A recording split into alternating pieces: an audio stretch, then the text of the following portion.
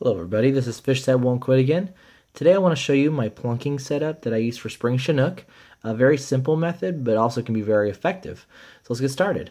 This rig is nice because what you're basically doing is throwing a hunking piece of lead out into the river and making sure it sits there and have your lure just hang off the end and wait for that fish to bite.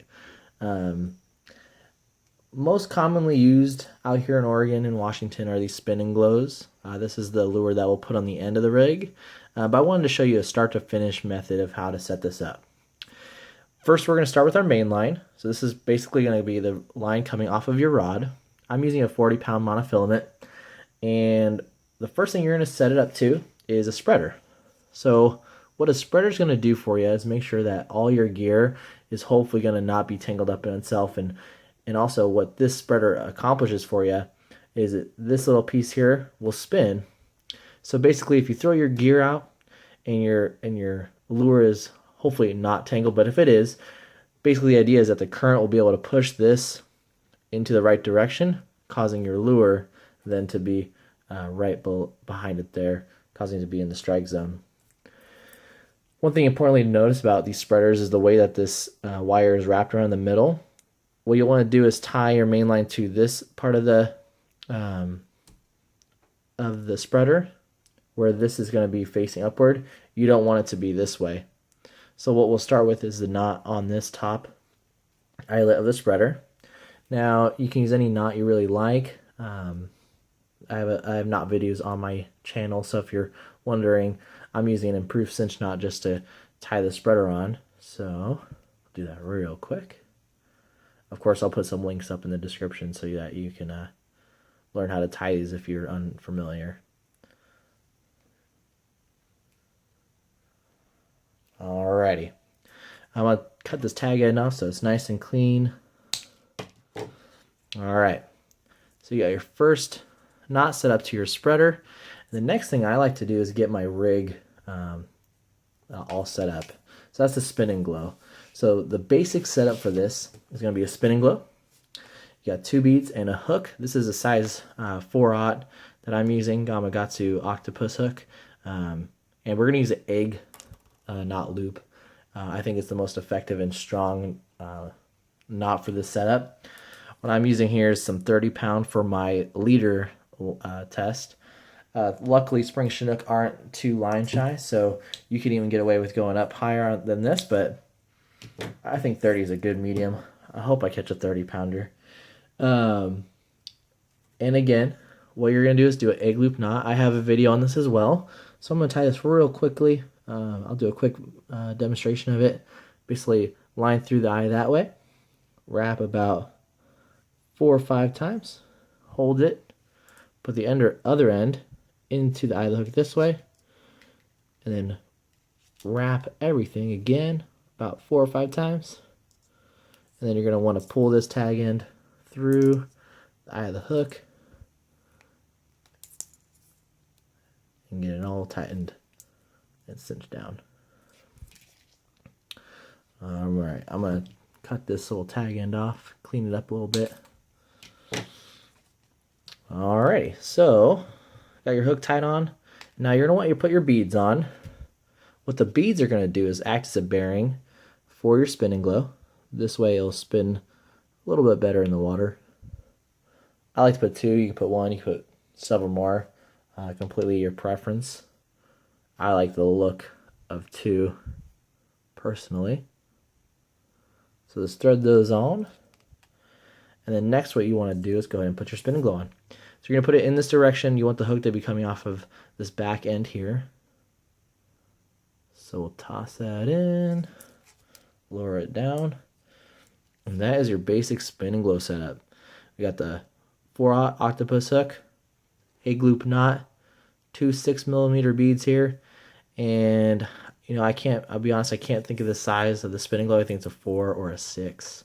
It's a very medium sized. And the idea is that when you throw it in the water, it just spins like that, and the fish will hopefully grab onto that. Now for leader length, you know, this is also preference of your own.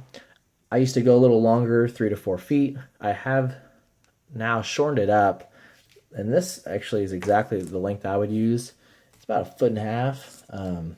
Not very long. For a long time I didn't think it would work, but comes to show it does. I've caught fish with just a shorter leader, and also what it makes it is a little bit more manageable for you to throw down to the water without it all tangling up.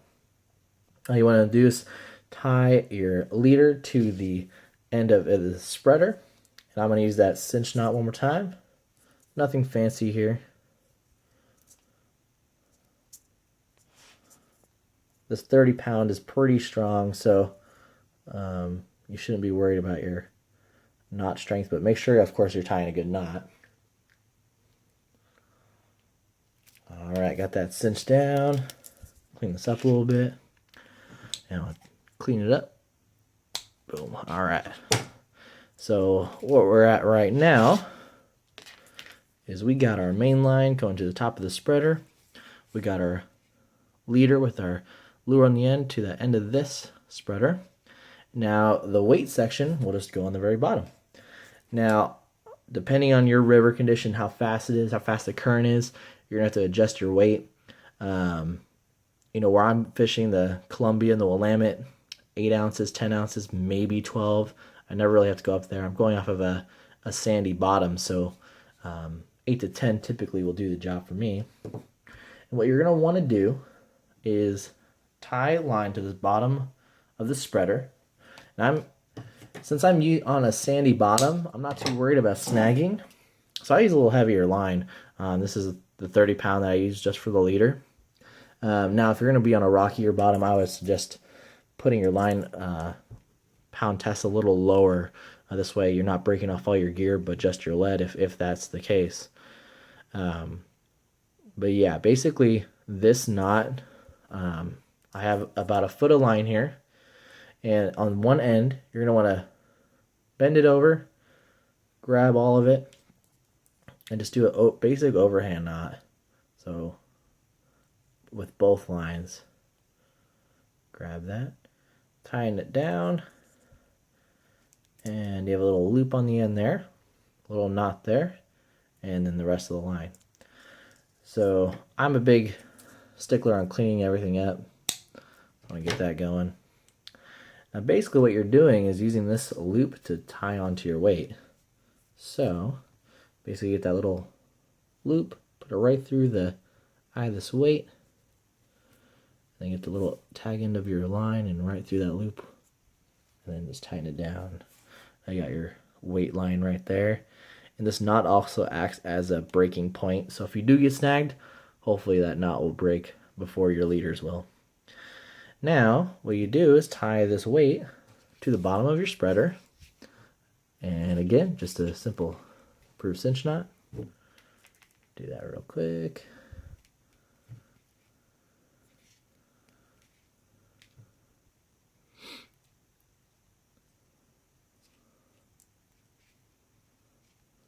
All right, bear with me a second here, guys.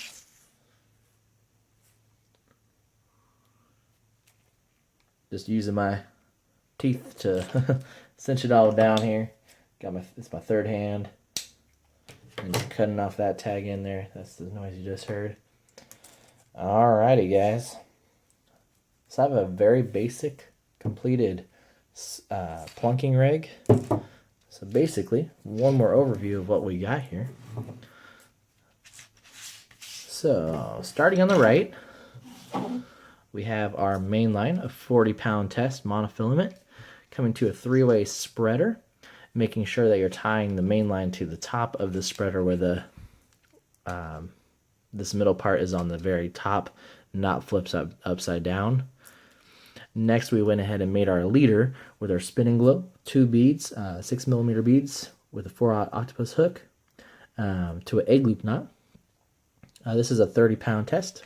I'm using about 1.5 feet a leader, and that can go all the way up to 6. Really, it just depends on your preference. Also, water clarity will play effect into that. Of course, a dirtier water, you can get away with a heavier line, and a longer leader is pretty much for a clearer water because the fish may be a little spookier. Salmon don't seem to be as spooked out. So leader length, that's what I use. And then I got about 1 foot a weight line, 30-pound for a sandy bottom. I would lower that down to 20-pound if you're on a rockier bottom and you're afraid of snagging up. And I got a pyramid sinker with, this is an 8-ouncer, 10, 12, maybe down to 6 depending on where you're fishing. Basically, what you do, you cast this gear out, your weight will land, your spreader's gonna be in the current, and your spinning glow will get pulled up and it'll float and basically sit there on the bottom spinning away, and hopefully catch a fish with that.